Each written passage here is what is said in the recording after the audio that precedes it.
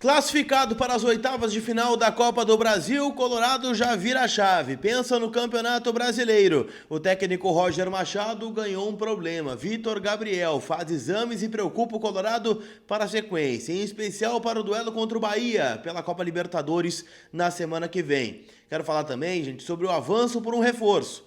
E a polêmica envolvendo as categorias de base que culminou na demissão de um profissional nesta manhã no estádio Beira-Rio. Eu te conto tudo isso depois da vinheta.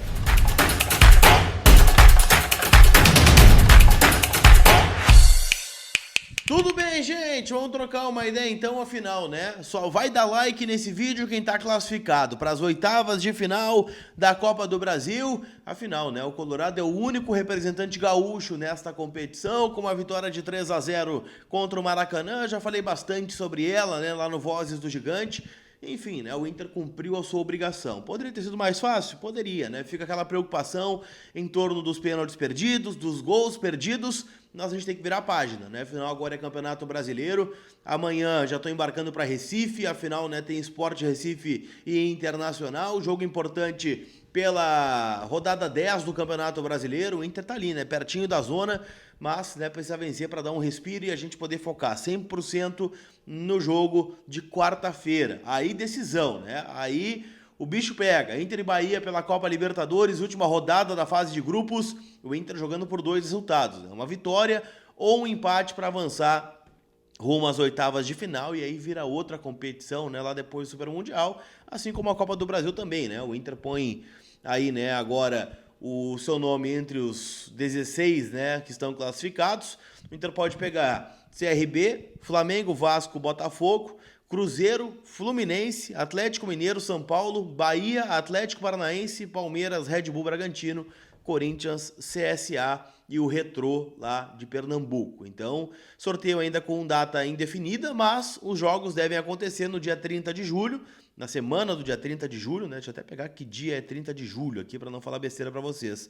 Mas 30 de julho seria uma segunda-feira, né? Então, primeiro, segundo ou terceiro, né?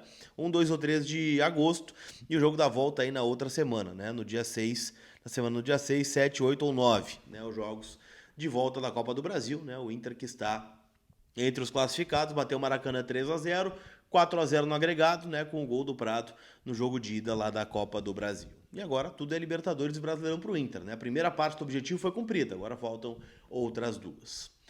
Deixa eu lembrar, antes da gente entrar de fato, né, nas atualizações do Inter, que esse conteúdo tem o apoio da Zapay, aplicativo onde você fica em dia com o teu veículo, carro, moto ou caminhão. Cupom COLAR20 te dá 20% de desconto nas taxas do parcelamento. Então baixa agora o app da Zapay. Gosta do meu trabalho? Vai lá, baixa o aplicativo, né? Vai ficar em dia, né? Vai me ajudar pra caramba vocês fazendo isso, né? Apoiando aquele trabalho independente identificado. Inclusive a galera que põe, né, a minutagem que depois do anúncio. Cara, o vídeo já começou, já falei dos classificados, né? Agora tô falando sobre o Internacional e a Zapay faz parte desse conteúdo aqui, né? Porque ele me apoia a poder, né, ser independente, não ter que estar num veículo de comunicação. Então, conto com a ajuda de vocês, tá certo? Turma, quero falar um pouquinho sobre Alan Benítez, né, o lateral direito paraguaio do Cerro Porteño, titular do Cerro Porteño, e o avanço, né, que o Inter vem tendo em torno desse jogador.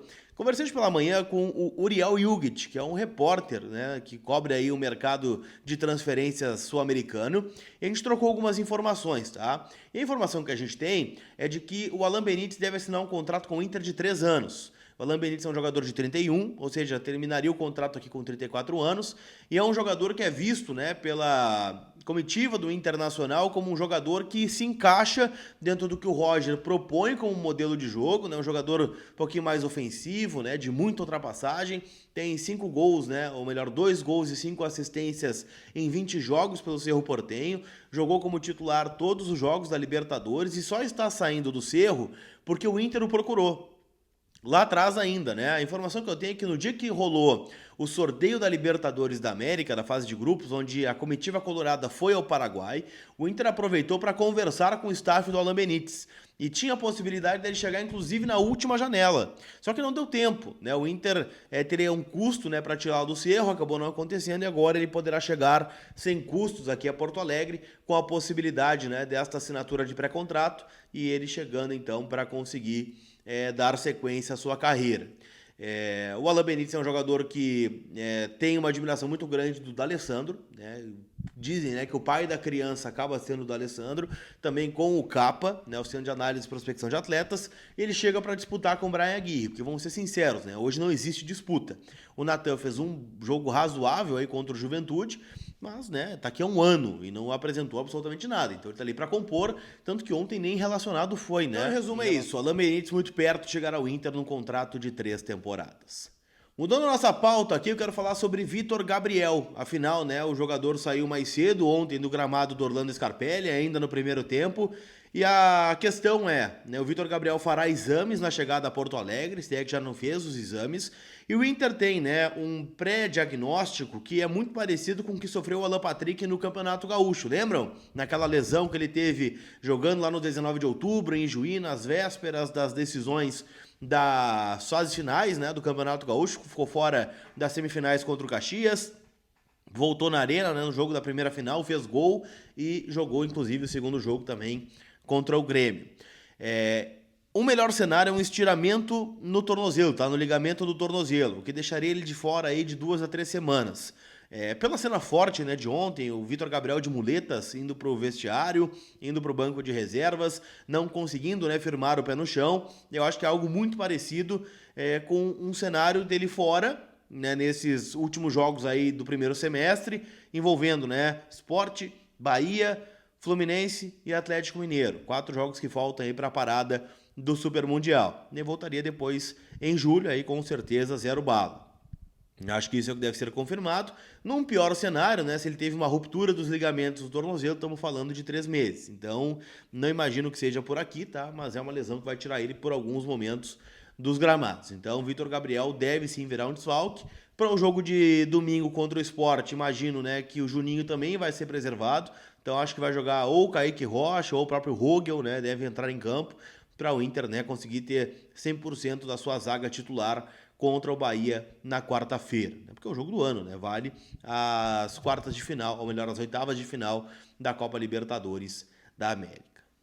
Para a gente fechar, eu quero falar sobre uma demissão. Afinal, nesta manhã, o Inter demitiu PC Oliveira, coordenador das categorias de base do Inter, por conta das declarações que ele acabou concedendo no programa, né, Cadeira Cativa, comandado pelo Luiz Carlos Reck, na Masper TV.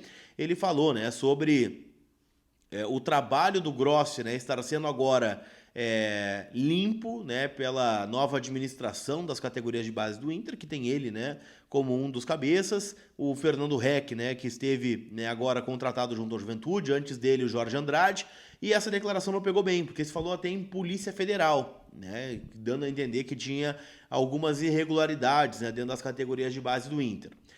O Nando Gross, né, trouxe uma informação de que o Inter, né, rechaça qualquer tipo de irregularidade na gestão do Grossi e, inclusive, né, por isso, o Inter demitiu, né, o PC Oliveira, porque criou um clima de instabilidade em Alvorada, né, porque tem muitos dirigentes e profissionais que estão lá que trabalharam com o Gustavo Grossi.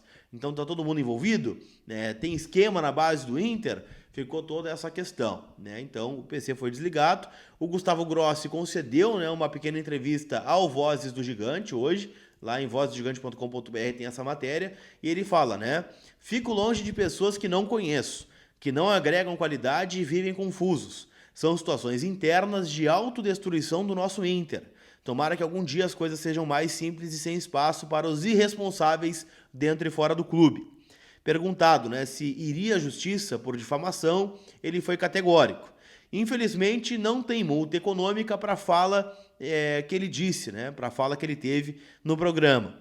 Então, não me serve fazer nenhuma ação. Se a justiça cobrasse muito dele, eu poderia doar o dinheiro para alguns garotos lá de Alvorada ou até mesmo comprar uma grama sintética para o Inter instalar no CT da base. Foi o que destacou Gustavo Grossi, ex-executivo, e como eu disse, o conteúdo completo está lá em vozesdogigante.com.br.